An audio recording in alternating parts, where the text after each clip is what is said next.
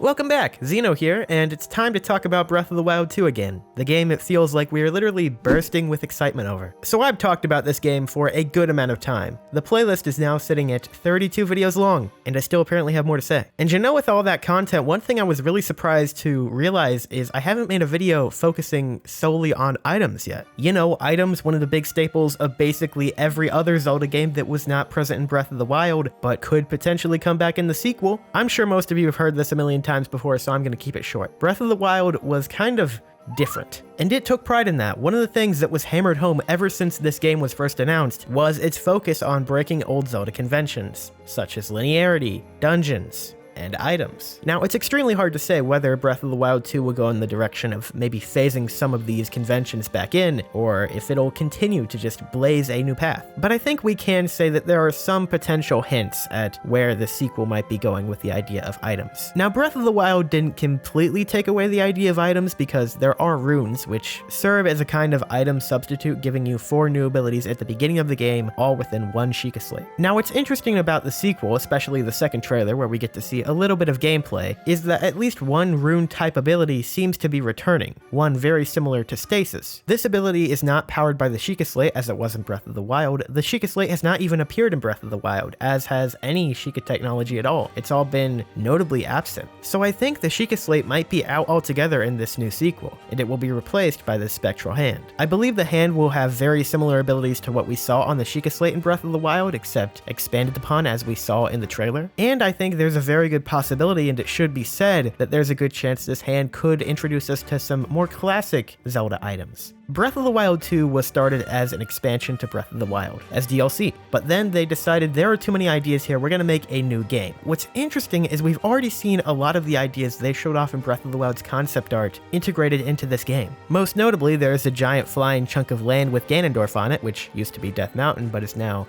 Hyrule Castle, and also the hand. This piece of concept art goes into the idea of Link having a mechanical hand that seems to act as a way to access item-like abilities. As many have been saying since the first trailer, myself included, I think there's a decent chance that this could be our way of getting classic Zelda items into Breath of the Wild. The fact that we have already seen a Sheikah Slate-like ability activated by this hand is a little worrying to me, that they might be going with Sheikah Slate abilities for the hand now instead of the idea from this concept art that, oh, they would go with traditional Zelda items, but I think there's definitely still a chance there, you know? And that leads us to the second big piece of evidence that was shown in the second trailer, which is the Zonai Flame Shield, as I like to call it, or the Zonai Shield Attachment Flamethrower. Now, this is very interesting because it's unlike anything we've seen in Breath of the Wild, or I feel like any Zelda game ever. An attachment to a shield, which that is what it is. If you take a look at this scene, slow it down, this Zonai-looking head that's shooting out fire is attached to Link's shield. Could this be an item? Could it just be a new piece of equipment, kind of like picking up a spear? You pick up a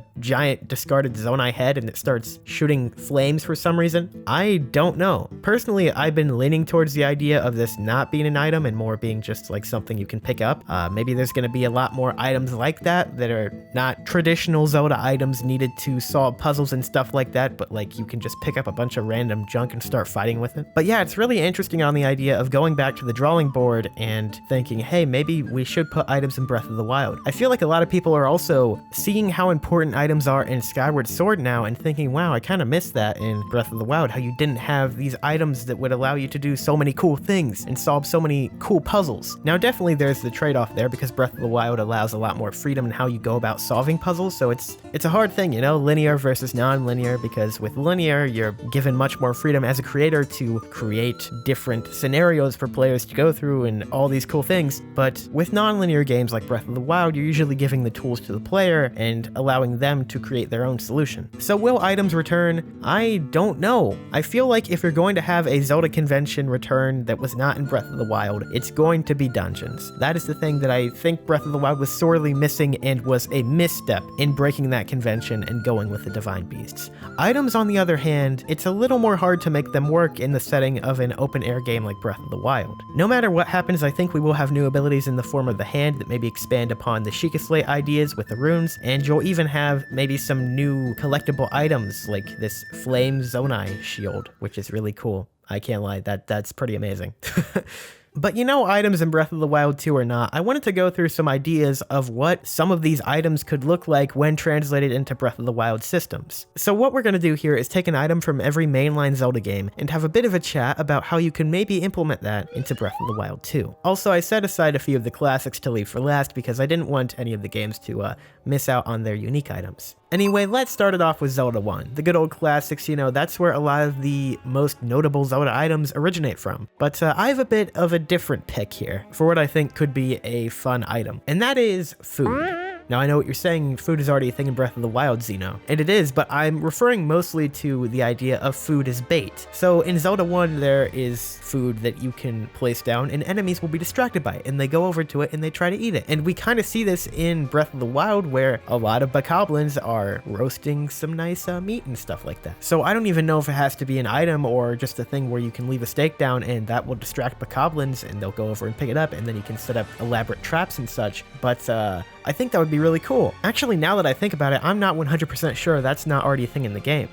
That you can leave out some steak and bokoblins will go and try to pick it up. I don't know. I mean, if it is, good on them. They already implemented food, you know? Zelda 2 has not a lot of options when it comes to items, so I'm doing a bit of a cheat here, but not exactly, because boots is an item in Zelda 2, but it's not Pegasus boots. So maybe it could just be boots, you know, because boots in Zelda 2 are actually to walk on water and traverse the overworld and get to different places. So maybe there could be a new type of boots, because we have iron boots, we have the floaty boots, I can't remember the name off the top of my head. Now we could have walk on water boots.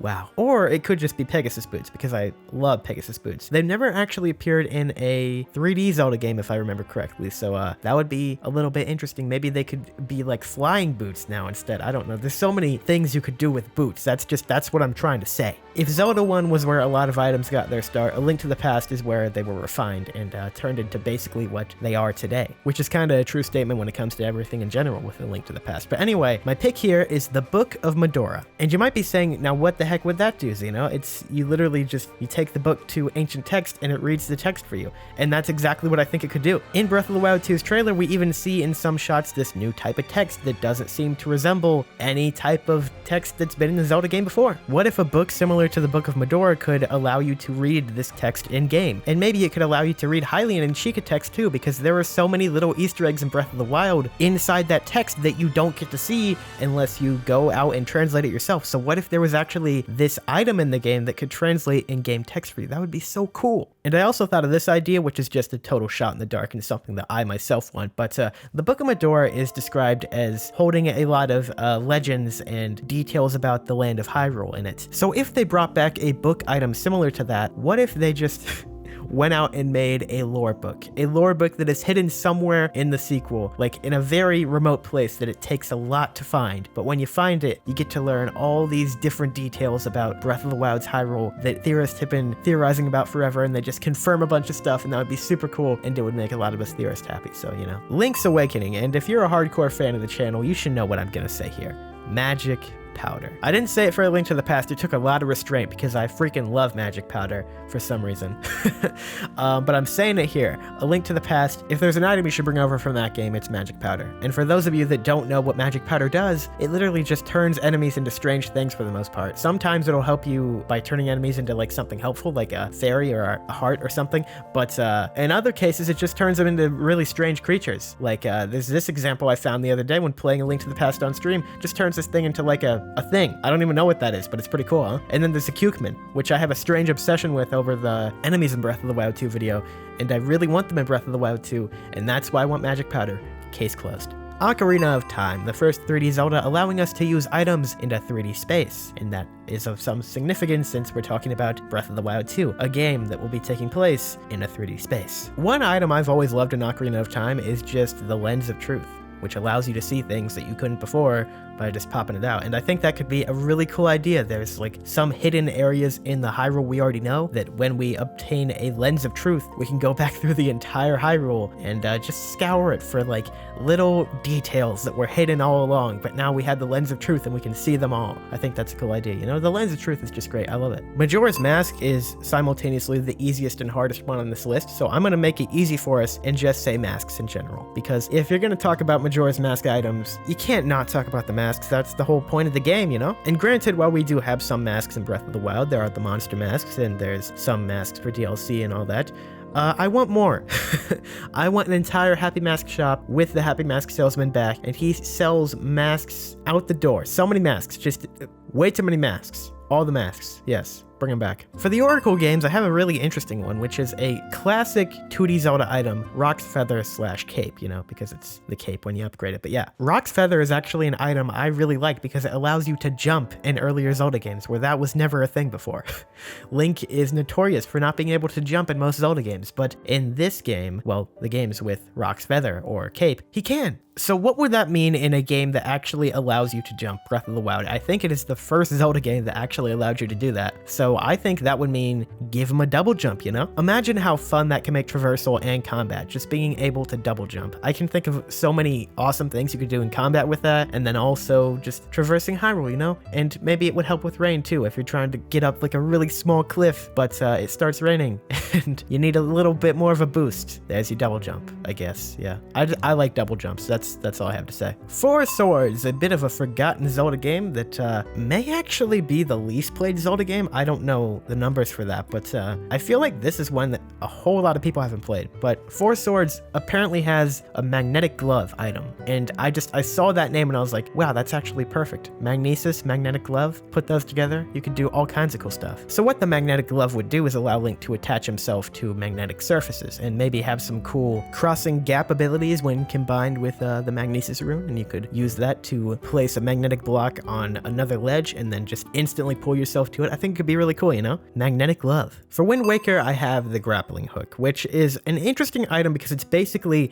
the proto hook shot. You see so many games nowadays going with like a grappling hook and all that, like that's what they use to get around. But Zelda was different. They went with the hook shot, which is basically a grappling hook, but it's called the hook shot, and it's cooler for that reason. With Wind Waker, they actually embraced the non-coolness of a grappling hook and used that for the first item of the game. It's basically the proto hookshot before you get the hookshot in the game. So I think maybe we could see the same thing in Breath of the Wild too, maybe. Like you get the grappling hook early on, it's not as good as a hookshot. Later on you get the hookshot and you're freed up to do so much more, you know? I couldn't think of a lot when it comes to Four Swords Adventures because honestly, there's not a lot of items in this game, and the ones that are here are either items we've already mentioned or classic items that I'm saving till the end of this video to mention. So I decided to go with a bit of an oddball here and say the shovel. Now the shovel works as you would expect it to work. It is a shovel, and that is just about it. Now my idea for the shovel in Breath of the Wild 2 is that it's just a side quest item. Like not really anything of note, just a small little item that you don't even really need to get, but you can get it in a side quest all about buried treasure or something. I always thought this would be such a cool idea to have a side quest chain where you go around a huge open world like Breath of the Wild's Hyrule and just are a treasure hunter basically. And I don't know about you guys, but I feel like a shovel would be pretty important for that. Now for Minish Cap, similar to Majora's Mask, I feel like there's only one thing I could say here,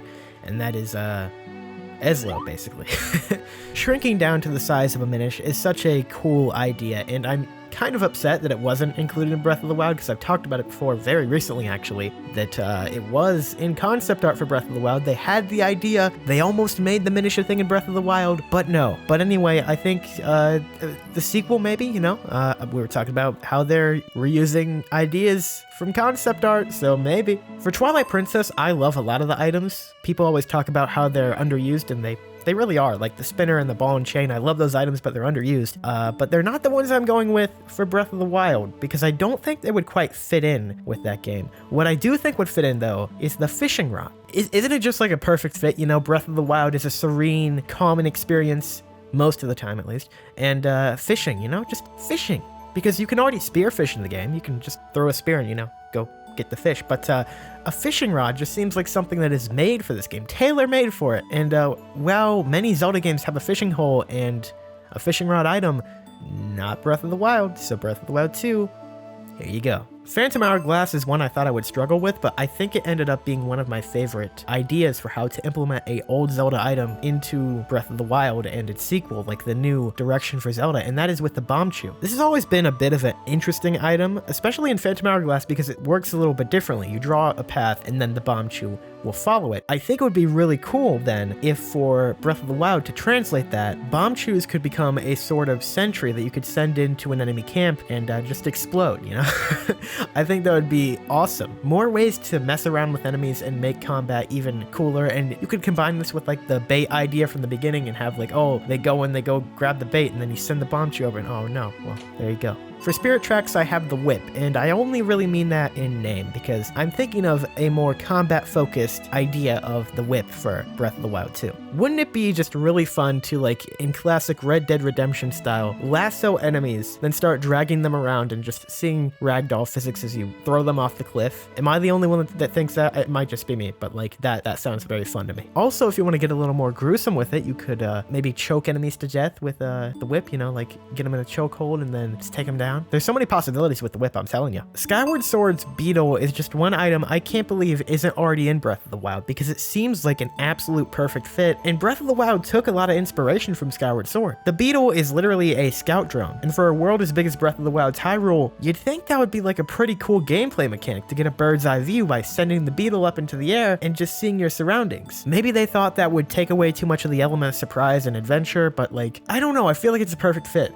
Especially like for maybe a late game thing or like just like, I don't know. I like it. Once we get to A Link Between Worlds, I'm starting to run out of things to put here that aren't classic items that we're saving to the end or items I've already mentioned in other games. But one of the newer items that was in this game is the Sand Rod. And that could be fun, you know, in Gerudo Desert, just make pillars of sand and play around with it. Maybe you could launch yourself up with a pillar of sand that you spawn below yourself, you know? Basically Cryonis, but for Gerudo Desert. Okay, and Triforce Heroes, our final one here, and I have a bit of an out there idea that I just kind of conjured up out of nowhere, and I kind of love it now. The Gust Jar is an item in Triforce Heroes that you can use to push people over ledges and sometimes into bottomless pits as well. It's great for the multiplayer fun, I tell you. And while I don't think that applies very well to what Breath of the Wild is, I did think it would be kind of cool if you turned the Gust Jar into more of a bag of wind type item, and it's like a limited use item that will over time fade away, but it gives you just a bag of air that you can let go and you just start flying across the terrain like super fast. I thought that could be like an interesting idea. And to give you a bit more of an example of it, I think this is actually subconsciously where I got the idea. SpongeBob the movie, where they have the magical bag of winds.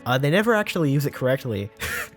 But I think that's where I subconsciously got this idea, just riding the bag of winds super fast. I think that could actually be really fun. But yeah, that is all the Zelda games and how you could take an item from literally any of them. And there are so many ideas to run with. I think there is just so much potential for bringing items back into Breath of the Wild please do it. Let's go over a few of the classics real quick before we wrap it up though, and that's the hookshot, boomerang, bombs, hammer, and instrument. So in the case of boomerang and bombs, those actually do exist in Breath of the Wild. It's just one was turned into a weapon type and the other is a rune ability. I don't know, maybe it's just me, but I don't like the bombs as a rune ability. I like it more as a disposable item that you keep in a bag or something. I just always forget the bombs are there. I think that might be part of my problem. I never use them because they're so low damage and I always forget they're there. I like my bombs in Zelda games as more super powerful items that I have a limited amount of, but they pack a real punch, you know? That's what I want to see in the bomb item. Boomerangs, I think they actually found like a pretty nice place as a regular weapon item. That is one item that I don't think you should change at all. I think Breath of the Wild adapted that one perfectly. If only it had done that for even more of the old items. The hookshot is, I think, what everyone wants to see back the most. It is a beloved Zelda item. It is the better version of the grapple hook and just something that would work really well for Breath of the Wild's overworld exploration and how the game is structured. Just like clinging on to any wall in Hyrule and getting a head start on climbing. Man, it would be, because like everything is climbable. It works so well if you add the hookshot in there. I think that could work so well with exploring Hyrule. Hammers have always been one of those items that I'm like, yeah, they're fun, but they're not at the forefront of my mind when I think of good Zelda items. I do love the hammer though, like especially in Wind Waker, I love the skull hammer there. So maybe if you added something like that as a weapon type, well, I mean, we do have the sledgehammer. It kind of is a spiritual successor to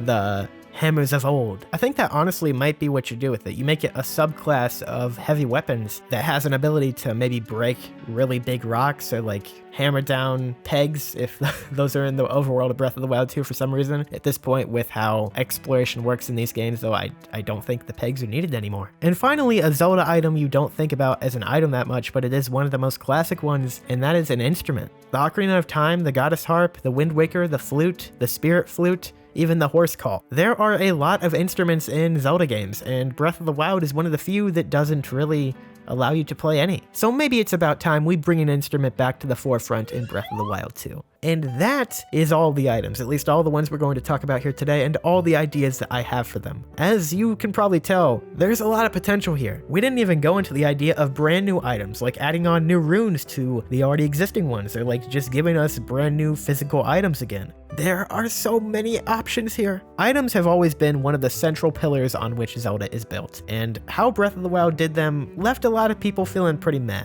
Whether it be the return of physical items or even just expanding upon the runes and making them more substantial, I think that is something that Breath of the Wild 2 really should focus on.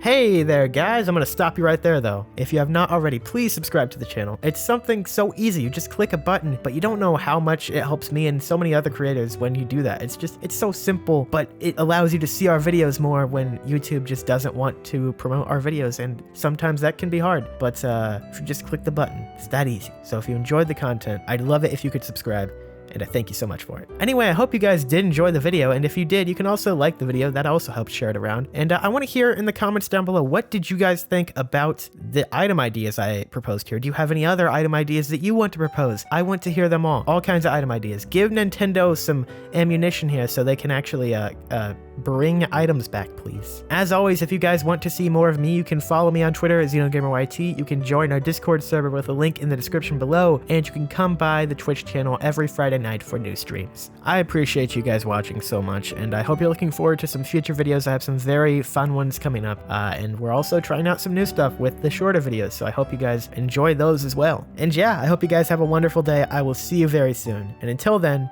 bye-bye.